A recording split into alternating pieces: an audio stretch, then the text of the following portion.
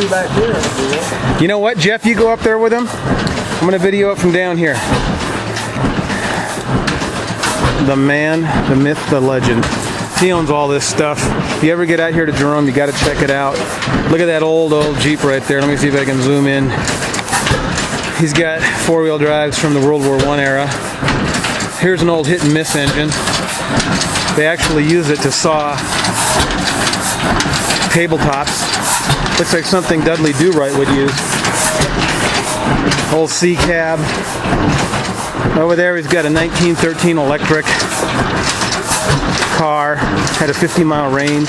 Regenerative braking. A lot of the things that you think are new really aren't. Here's a tractor kit that you could have bought from the Montgomery Ward catalog back in the Model T era. Came with these wheels and the apparatus to drive it on your farm. What he's doing now is he's starting up a tractor which is going to power an air compressor. They're going to start the main engine with compressed air. This motor, or this engine,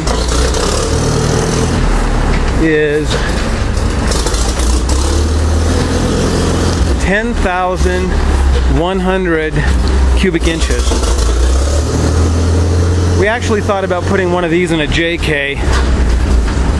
It is a little bit lighter than the 4BT, but I think it would wake up the neighbors when you fire it up. You'll see what I'm talking about. Actually, this engine it's a 3-cylinder. It'll run on pretty much anything that'll burn, and it did power a generator to power a town just outside of Jerome and here in Arizona. This flywheel is a lot taller than me. It takes a guy to go up on the top, to operate all the valves and levers to get this thing fired up. You can see all the compressed air plumbing. They basically get the engine to turn at a specified RPM, and then they add fuel. They're now turning the flywheel over to get it into a position so that when they apply the compressed air, it pushes down on the piston and doesn't go backwards.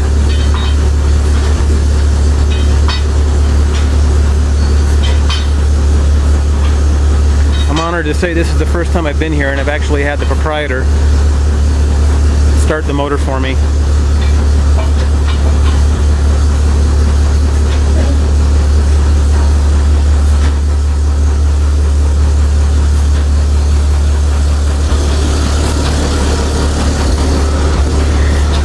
When this motor backfires, it goes through this valley, and needless to say, you don't see a whole lot of birds in this valley, and you'll see why.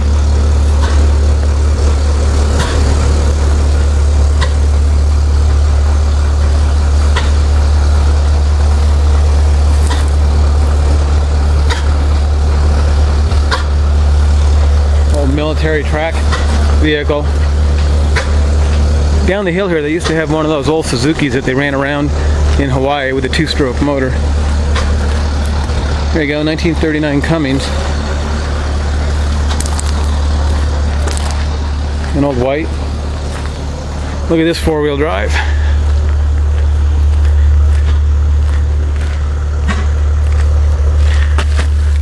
Push-pull steering, not much different than the modern Toyotas. Humongous axles. This was obviously a tow truck. There you go. There's a little Suzuki down there.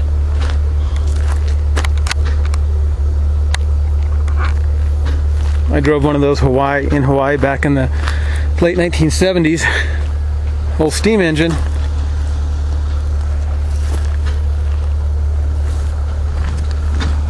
Alright, let's go back up and see where he's at.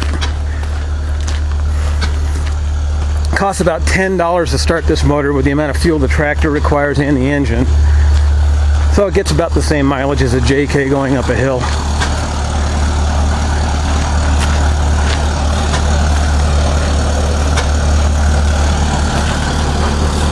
Old flathead 8.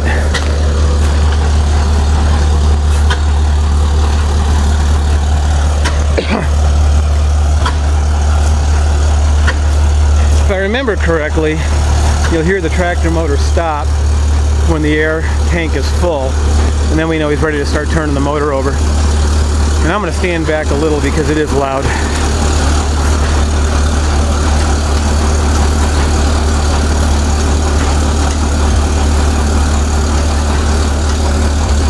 Take a look at this old Packard C cab. I believe those are non-pneumatic tires.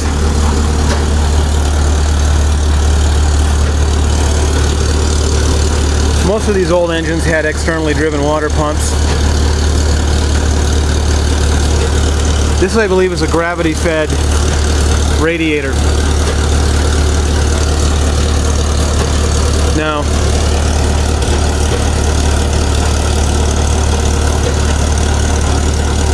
No, this is not gravity fed. Some of these old engines actually use the temperature differential to push the coolant through the system.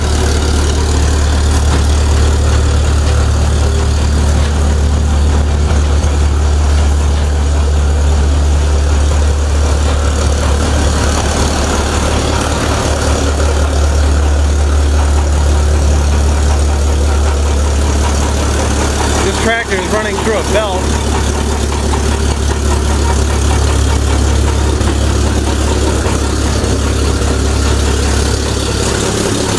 After 6'2", and you can see how tall that motor is.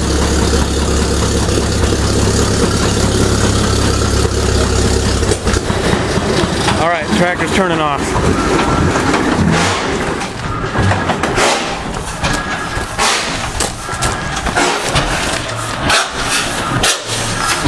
It is not running, you're listening to it on compressed air.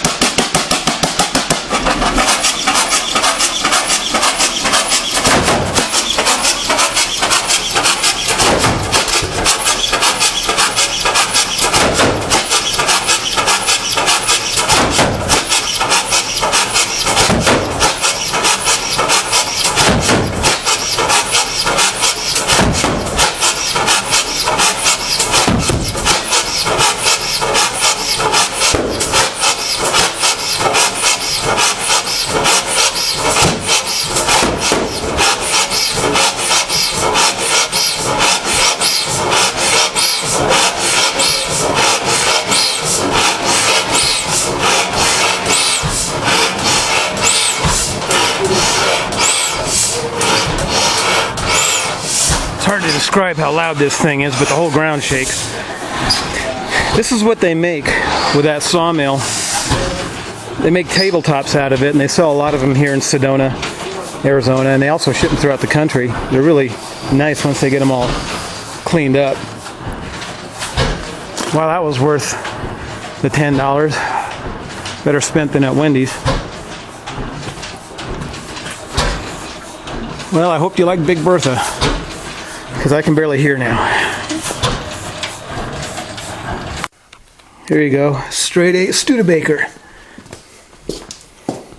And the appropriate tow truck Check out when you break down. Hand crank. This motor wouldn't have worked in the JK. I don't know what they call it. Hey guys, check out this Howe fire truck. 4-wheel drive. Tow hooks.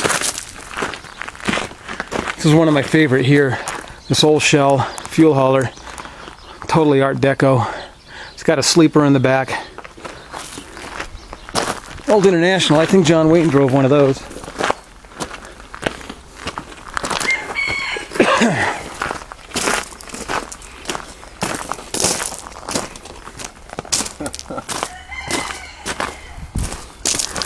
I don't know, but the styling today doesn't seem to have the class that it did 50, 100 years ago. He has got four-wheel drives scattered all over this property, and if you ever get out here to Jerome, go to the wineries, but definitely stop off at the Jerome Junkyard. Wow. It does have a sweet inside. Look at